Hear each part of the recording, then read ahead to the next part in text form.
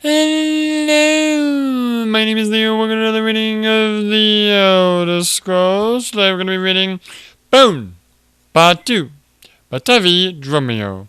I don't remember anyone's voices. Oh, I'm sure you'll get it. Garaz was the, What? That's the clock, sorry. Let's hear the sound.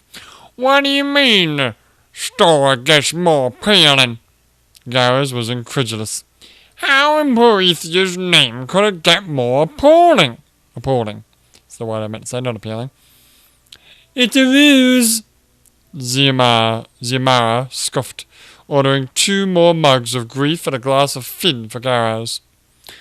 How much worse can a tale get which prominently features cannibalism, abuse of slaves, and the regular placement of rotting animal carcasses?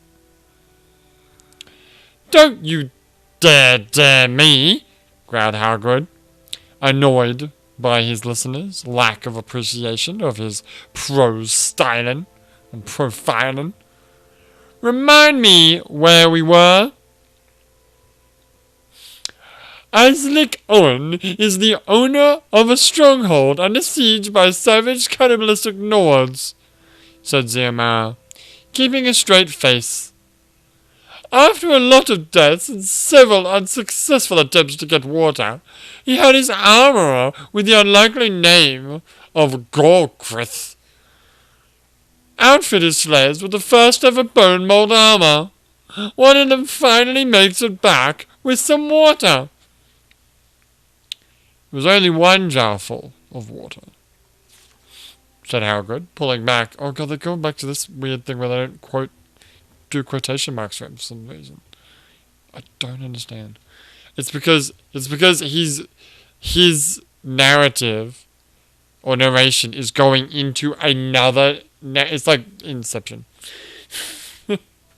Anyway, pulling back on his chair and continuing the tale.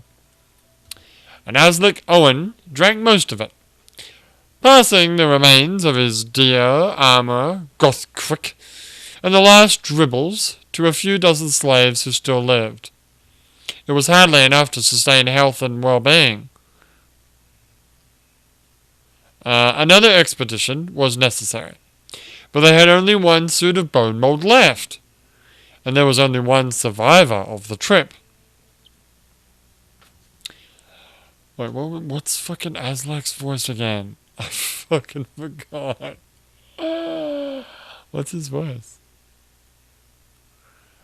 Out of the 18 slaves made a suit I got there Nords wearing that marvelous bone mold armor of yours, said Aslak Owen to Gothric. And one can only carry back enough water for 1. Therefore, mathematically, as we have, counting you and me, 56 remaining people at the stronghold, we need armor for 54. Since we already have 1. You only need to make 53 to make the total. Wait, what? That way, 3 will make it back, with enough water for you, me, and whoever's in the best condition to partake. I don't know what we'll do after that, but if we wait, we won't have enough slaves to fetch even a couple of days' worth of water.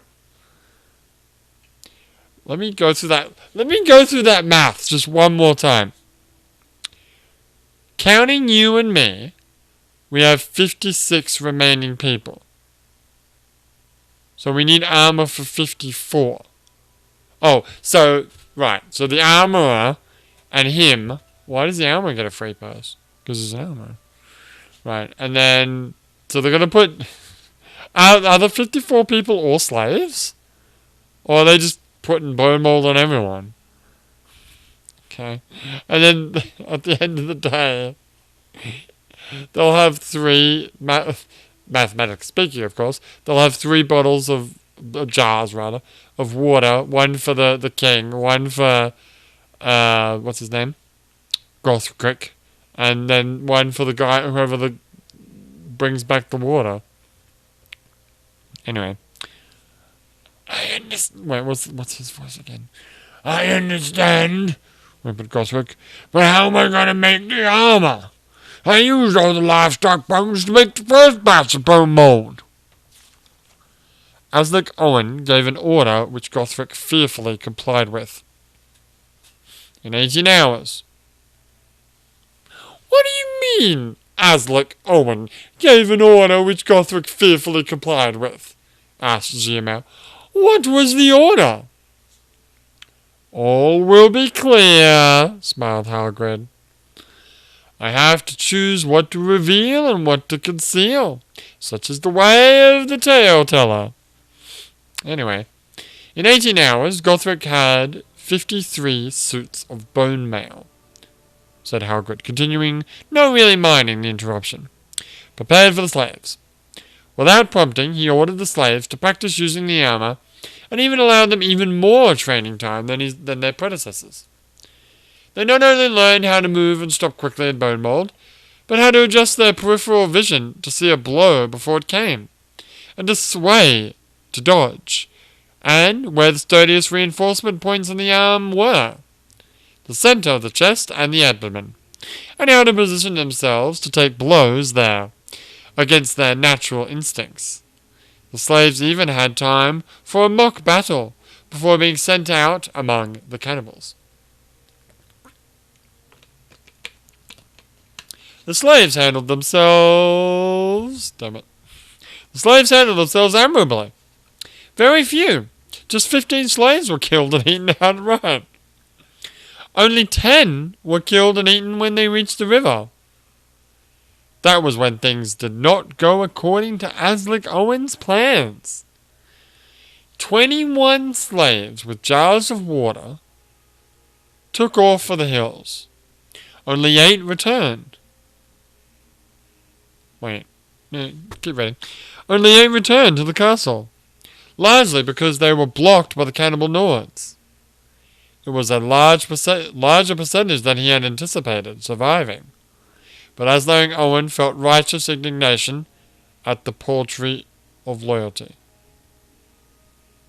But more water's more better, right? Whatever. I'm confused by this math. Wait. So they said that 15 died.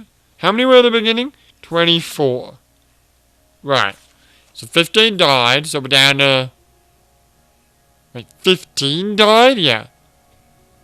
Huh. Okay.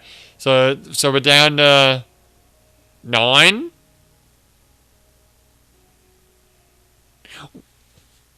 Wait, that doesn't make sense. Wait, how many slaves are there again? Hang on. Oh, there's 54. I'm an idiot. Alright, there's 54. Okay. There's 54. So then we're down to 39. And then another 10 were killed when they reached the river. So now we're down to 29. Alright. And then I guess at some point 8 of them died somehow. And they made for the hills, and then but only 8 returned. Wow. Wow. Okay. Who's talking?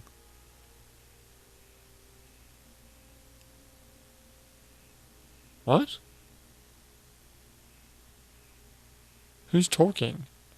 Aslic Owen. Alright. Are you absolutely certain you wouldn't rather flee? He hollered for the battlements. What? Why would he say that? Who's he talking to?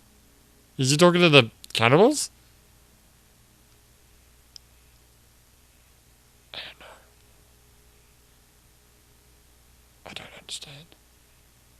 Whatever, keep going. Finally, he allowed the... Oh, he wasn't going to let them in. Why? Why? More water is more better. Just keep going.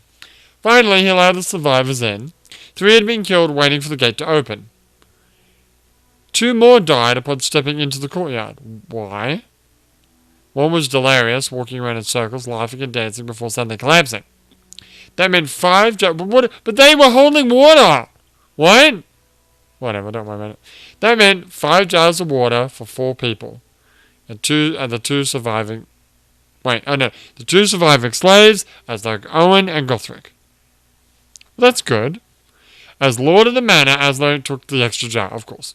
But he was democratic with the others. You're quite correct, friend guys. This story's getting more and more appalling. Just wait, smiled Hallgrid. The next morning, Hallgrid continued, Aslo and Owen awoke to a perfectly still and quiet stronghold. There was no murmuring in the corridors, no sound of hard labour in the courtyard, because they're all dead, you idiot! He dressed and surveyed the scene. It appeared that the fortress was utterly deserted. As though Owen walked down to the armourer's quarters, but the door was locked. Open up! Said Aslo and Owen patiently. We need to speak! 30 out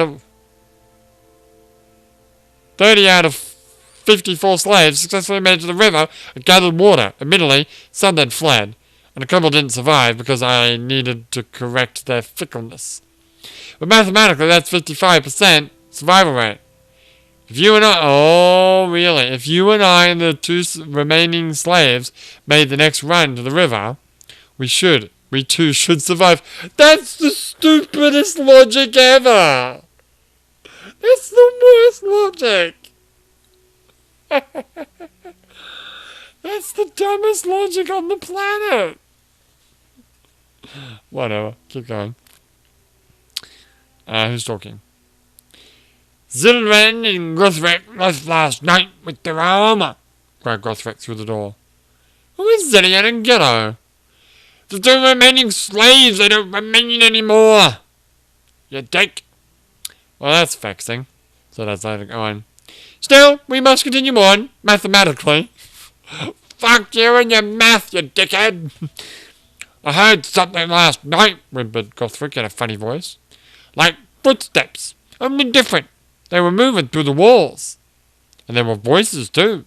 They sounded strange, like they couldn't move their jaws very well. But I knew one. Aslo Owen sighed, huming his poor armour. And who was he? Punnik. And who is Punnik? One of the slaves that died when the Nords poisoned our water. One of the many, many slaves that died. And we made use of. He was always a nice, uncomplaining fellow. That's why I noticed his voice above all the others. Gothric began to sob. I understood what he was saying. And what was that? Asked Athletic Owen with a sigh. Give me back my bones! Gothric's voice shrieked. There was silence for a moment, and then more hysterical sobbing. I saw that coming, laughed Zuma. There was nothing more to be done with the armour for the time being, said Halgreth, a trifle annoyed at the regular interruptions. So Aslo Owen stripped one of the dead slaves of his suit of bone mould and put it on. He practiced in the courtyard, impressing himself with his natural comfortability. No. Comfortability. No? Damn it. Comfortably. Is that comfortably? I don't think that's how you spell comfortably. Whatever. With medium weight armour. For hours he boxed, feinted, dodged, sprinted, skipped, jumped, and generally cavorted about. When he felt tired, he retired to the shade and took a nap. The sound of the king's trumpet woke him with a start. Night had fallen, and for a moment he thought he had been dreaming. Then the alarm. Okay, sure. The alarm sounded again, far in the distance, but clear, as though Owen leapt to his feet and ran to the ramparts. Several miles away, you could see the emissaries and their vast and well-armoured escort approach. They were there early! The Nords below looked at one another with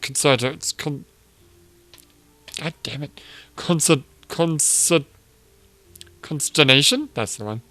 Savages they might be, but they knew when a superior force was approaching. As Athletic Owen joyously dashed down the stairs to Gothric's chamber, the door was still locked. He beat on it, cajoling, demanding, threatening. Finally, he found a key.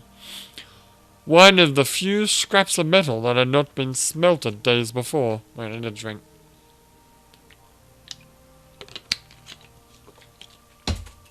Gothlic appeared to be sleeping.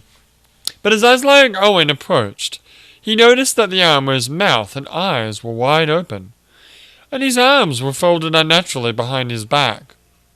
On closer inspection, the armor was obviously dead. Oh my god. I know what's gonna happen!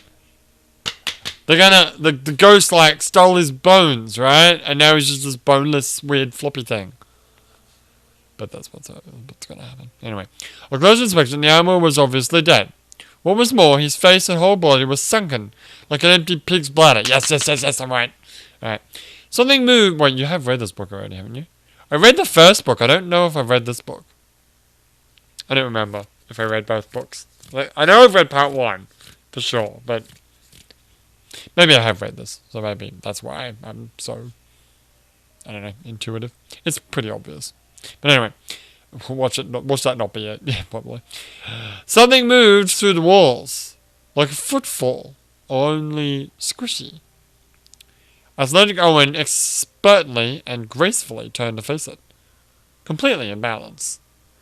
At first it seemed like nothing more than a bubble expanding through one of the cracks in the stone, as more of the flesh-coloured gelatinous matter emerged. Oh, wait a minute, now I remember. Where did they get the material to make the last set of bone mold? For the 54 people? Remember that secret order? Ah, it's going to come into play here. As more of the flesh-coloured gelatinous matter emerged, it more clearly resembled part of a face. A flaccid, almost shapeless face, with a low brow and a slack, toothless jaw. The rest of the body oozed out of the crack. That's gross. A soft bag of muscle and blood. Ugh. Behind Athletic Owen, and to the side, there was more movement. More slaves welling up through the cracks in the stone. They were all around him, reaching out. "Give us," moaned Pondek, his tongue rolling out of his hanging jaw. "Give us back our bones." Athletic Owen began to rip off his bone mold, throwing it to the floor. 100 figures, more, pulled into the small chamber. "That's not enough." The cannibals had cleared away by the time the king's emissaries arrived at Athletic Owen's gates. They had not been looking forward to this visit. It was best, they thought philosophically, to begin with the worst of the king's noblemen, so to end their trip well. The sound of the They spelt it that again. Is that really a word? Alarum. I'll look it up later. They sounded the alarm once again, but the gates did not open. There was no sound from Athletic Owen's stronghold. It took a few hours to gain access. If the emissaries had not brought a professional acrobat with them for entertainment, it might have taken longer. The place seemed to be abandoned. They searched every room until finally they came to the armourers. There they found the master of the manor, folded neatly, legs behind his head. That's what I'm talking about. Arms behind the legs, like a fine gown. Not a bone in his body. Who's talking? Oh. "The first part of your story was complete nonsense," cries Giamar. "But now it doesn't hold true on any level. How could bone mold be made again if the armourer who invented it died before he could tell anyone how he did it?" "I said this was the first time it was created, not the first time people learned the craft." "And when did someone first teach someone else the craft?" "Wait, and when did someone else first teach the craft?" asked Garrus. "That, my friends," replied Howgood with a sinister smile, "is a tale for another night." Oh, cockblocked! What? That's bullshit. Is there another part to bone? I need to look it up now. Oh, I need to read it. Like ASAP. Oh, what a crock of shit. Anyway, two things I want to do. I'll look at that word. What did they say before about... Oh, wait. Go to your Google. Go to the Googles. How to spell it? Oh, wait. I want to look at... What was this weird secret?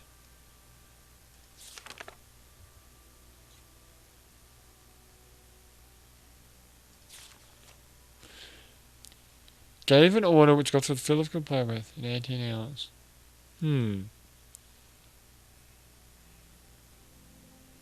Wait, Japan is launching fireworks simultaneously and not wait?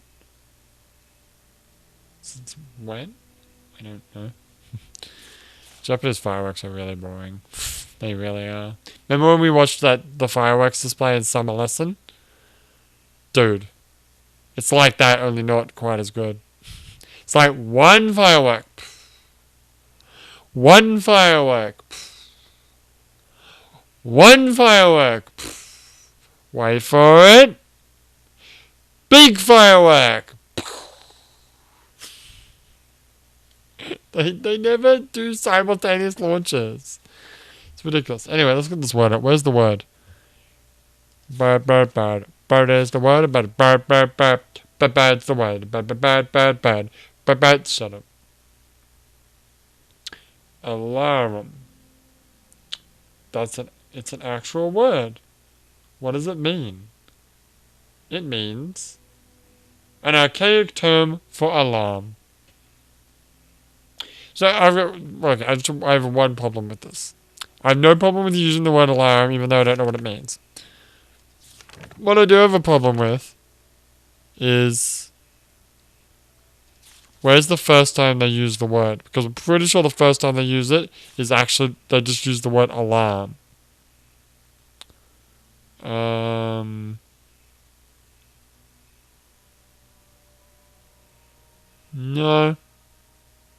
No. Okay.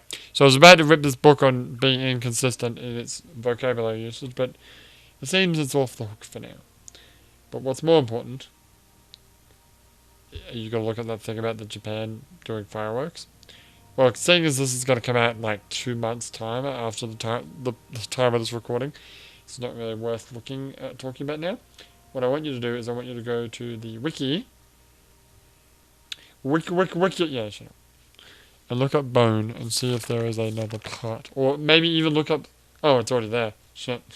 Okay, on. Yeah, look at the artist, perhaps. Because it's not the artist, you moron. The author. Whatever, you know what I mean. Oh, hello. Yes, there is another book. And it's Howgood's Tale. There's 2 other books. Really? There's Howgood's Tale.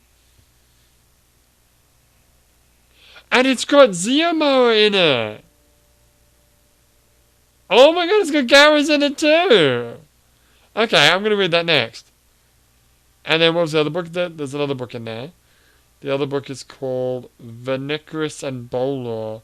I feel like that note's in here. Okay. Is it also... It's Howgood. Ziyamo's there. Holy shit. There's 2 more books. We've got to find them. Hang on. Let me find them out. Let me find them right now. What were they called again? The first one starts with a V. Got it. Okay. And then the other one was called... Oh shit. Hagrid's Tale. H for Ha. Where is it? Have you already... Wait. Oh, there it is. Alright, I'm gonna read those next. Where are we up to? They're right here, but I'm just gonna... Fuck. I'm just gonna put... Oh, I don't know what I'm doing here. Can I put books on tables? Does that work? I want to say no. Let's see what happens. Oh, fuck, it works. Never mind. Go ahead. Done. We're gonna read those books next. Fuck yeah. Alright, cool. We've got some more books to read. Yay. Alright, but this is... Wait, let's get back to Bone, please. Sorry. Well, this has been another reading of the Elder Scrolls. Bone, Part 2. by Tevi Dromio. But for now, my name is Leo, and I will see you next time.